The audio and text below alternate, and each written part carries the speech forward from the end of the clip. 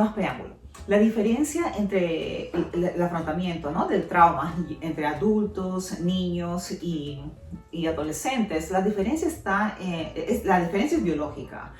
Porque nosotros terminamos de desarrollar, la última parte del cerebro en desarrollarse es el córtex prefrontal, que se desarrolla a los 25 años, termina de desarrollarse a los 25 años. Esta parte del cerebro tiene que ver mucho con el juicio, tiene que ver mucho con la toma de decisiones y al pensar en las consecuencias. Es por eso que muchas veces cuando nosotros dejamos a nuestros niños, ¿no?, adolescentes o ya adultos, 21 años aquí en Estados Unidos, a los 21 años son adultos, cuando decimos, bueno, ya, vete a la universidad, ¿no?, ten tu apartamento, empiezas a trabajar, lastimosamente las decisiones que ellos toman no son las mejores, ¿no? Porque tiene que ver mucho con este córtex prefrontal que no está aún desarrollado. Y esta parte del cerebro tiene que ver mucho con el juicio y la toma de decisiones. Es por eso de que en muchas ocasiones estas personas hasta de 25 años no toman las mejores decisiones. Esta es una diferencia biológica irrefutable que tiene mucho que ver en la diferencia cómo es que cada quien reacciona, ¿no?, al trauma, al evento traumático, ya sea niño, adulto o adolescente. Cuando conversamos con respecto a la prevalencia y los riesgos, ¿no?, de que estos síntomas continúen, bueno, tiene que ver mucho también con el guardián legal, ¿no?, en el caso de los niños y adolescentes, y de protección que estos ofrecen. Si un niño o un adolescente ve de que tiene un guardián legal, ¿no?, o un padre, una madre, un abuelo, una persona adulta que los protege y se siente seguro, este niño va a poder salir de este tipo de trauma mucho más fácil que un niño de que se siente totalmente desprotegido, ¿no?, y vulnerable. Otro factor, ¿no?, que no puede mejorar, pero que puede convertirlo en algo peor, ¿no?, podría ser la exposición continua al trauma, ¿no? Dijimos en el caso también de las personas que a veces son violadas o abusadas físicamente, ¿no? No pasa una vez, pero pasa 2 veces, 3 veces, 4 veces, y la frecuencia y la intensidad a veces se empeora. Entonces, ese tipo de personas que viven experimentando, ¿no?, el trauma una y otra vez, mayormente ese tipo de experiencias continuas, negativas, ¿no?, van a hacer de que la prevalencia, ¿no?, al trauma se mantenga. Cuando hablamos de las terapias, tanto de intervención como de afrontamiento, podemos nombrar a diferentes, ¿no?, diferentes terapias dependiendo de la edad. Por ejemplo, si hablamos de los niños, ¿no?, de los pequeñitos, 3, 4, 5 años, 7 añitos, 8, bueno, estamos hablando de las terapias de juego, ¿no? Jugar con los niños, ¿no?, 3, 4, 5 añitos, jugamos con ellos, le contamos historias, ¿no? Si hablamos de adolescentes, ahora, nosotros nos enfocamos en 2 tipos de terapias cuando hablamos de adolescentes y preadolescentes, ¿no? Y dependiendo también del entorno. Si nosotros hacemos las terapias en un ambiente que es quizás la escuela, ¿no?, o el colegio, entonces nosotros aplicamos una terapia de intervención, que es una terapia más práctica. Si hacemos una terapia personal o individualizada, muy posiblemente nos enfocamos en la terapia de afrontamiento, ¿no?, para que aprenda a lidiar con los síntomas.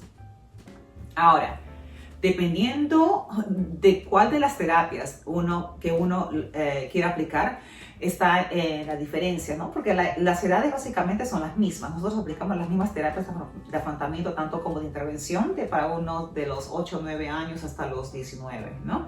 ¿Y en qué se basa? La terapia de intervención, digamos que nos reunimos una vez a la semana, ¿no? En un grupo de alumnos, porque más que todo las terapias de intervención las realizamos en los colegios. Y eso es algo bien único y exclusivo en los Estados Unidos. Me gusta bastante porque como es grupal, ¿no?, nosotros nos enfocamos en la laboriosidad, ¿no?, que tiene mucho que ver con las cualidades y las aptitudes de cada niño. Y como cada quien quiere ser mejor, ¿no?, que el otro, o mejor que sí mismo, ¿no?, entonces demuestran, ¿no?, demuestran de qué manera ellos pueden afrontar, de qué manera ellos pueden solucionar, ¿no?, algún tipo de problemas.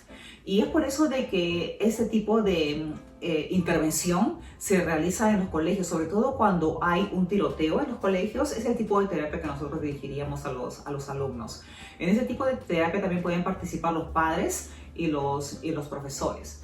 Cuando hablamos con respecto a las terapias de afrontamiento, nos enfocamos básicamente, el enfoque es único y exclusivo al trauma. No vemos las predisposiciones ni tampoco en este primer momento, en esta primera instancia, no vemos ni analizamos las condiciones concurrentes, ¿no?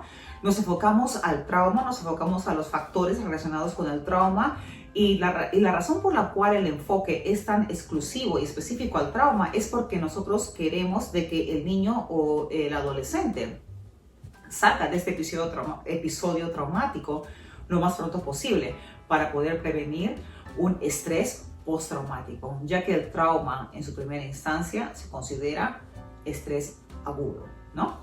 Ahora, cuando conversamos con respecto al adulto, ahora estamos hablando de algo un poquito más diferente. Nosotros tenemos algo que se llama Cognitive Restructuring, reestructuración cognitiva, ¿no? Que es muy diferente a lo que hacemos con los niños, adolescentes y preadolescentes. Porque los adultos tienen una manera de reconstruir sus pensamientos o de construir sus pensamientos que los niños aún no han aprendido a tener esa capacidad, ¿no? Nosotros sabemos cómo colocar, ¿no? De acuerdo a lo que corresponde en cada casilla, en los esquemas, que nosotros llamamos los esquemas, ¿no? Por ejemplo, si hablamos de caballos, hablamos de cabalgar, ¿no? Si hablamos de hambre, hablamos de comida, agua, sed. Es como si nosotros podemos colocar y estructurar nuestros pensamientos en nuestra mente de manera más óptima que un niño. Entonces, cuando nosotros queremos hacer una reestructuración cognitiva, estamos cambiando la manera de cómo es que el adulto percibe quizás la culpa, ¿no? La violación, ¿no? El abuso psicológico, el abuso, la violencia familiar, el abuso físico, porque muchas veces ellos se culpan, ¿no? Encima de eso se culpan también.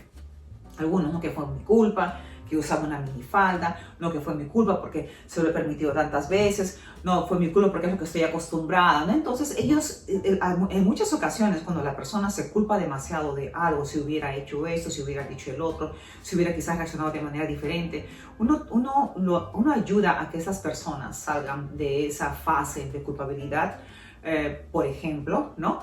Preguntándoles y diciéndoles que hubiera sido diferente si tú regresas 5 o 10 años atrás, con todo el conocimiento, tus predisposiciones y tu personalidad y cómo te identificabas como persona en ese momento. No ahora con los conocimientos que tienes y con la experiencia, porque pues, cada vez que crecemos nos volvemos pues, mucho más expertos, ¿verdad? No, pero con las limitaciones de ese momento, en ese momento y de acuerdo a las circunstancias, cómo hubieras actuado. Y en muchas ocasiones la respuesta, aunque no lo crean, me dicen, hubiera actuado de la misma manera como actué en ese momento. Porque de acuerdo a ese momento, bajo esas circunstancias y la capacidad que yo tenía de lidiar con una situación así, es lo que hubiera hecho, y es lo mejor que hubiera podido hacer, dadas mis limitaciones, ¿no? Entonces nosotros evaluamos todos esos factores para poder así ayudar a la persona a aliviarse de las culpas, ¿no? Usamos la reestructuración cognitiva, pero como es algo un poquito más complicado de hacer, ¿no? Es por eso que realizamos este tipo de terapias con adultos. Bueno, Ela Quinteros con ustedes. Ojalá que este cortito les haya gustado y nos vemos en el mes ya de octubre, ¿verdad? Se viene Halloween. Bueno, ojalá que podamos hablar de temas metafísicos y quizás paranormales. Que tengan un lindo día. Hasta la próxima semana.